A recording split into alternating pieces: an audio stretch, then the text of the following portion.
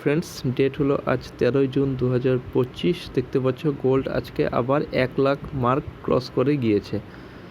আজকে এই যে স্পাইকটা এসেছে গোল্ডের প্রাইসে, তার পেছনে যেটা মূল কারণ সেটা হচ্ছে ইসরায়েল এবং ইরানের মধ্যে যে যুদ্ধের পরিস্থিতি তৈরি হয়েছে।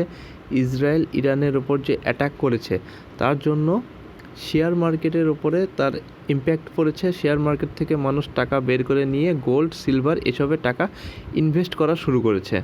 তার জন্যই গোল্ডের ডিমান্ড হঠাৎ করে বেড়ে গিয়েছে এবং এই প্রাইসে এইরকম স্পাইক দেখা গিয়েছে।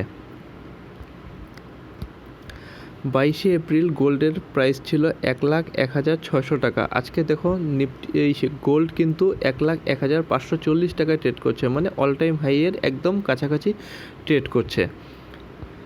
এছাড়াও 99.5% পিওর গোল্ডের দাম আজ 1900 টাকা বেড়ে গিয়ে 1,07,000 টাকায় পৌঁছে গিয়েছে এবং সিলভারেও কিন্তু দাম প্রাইস স্পাইক দেখা গিয়েছে। সিলভার হচ্ছে 1 কেজি সিলভারের দামে 100 টাকা বেড়ে গিয়ে 1,08,100 টাকায় ট্রেড করছে।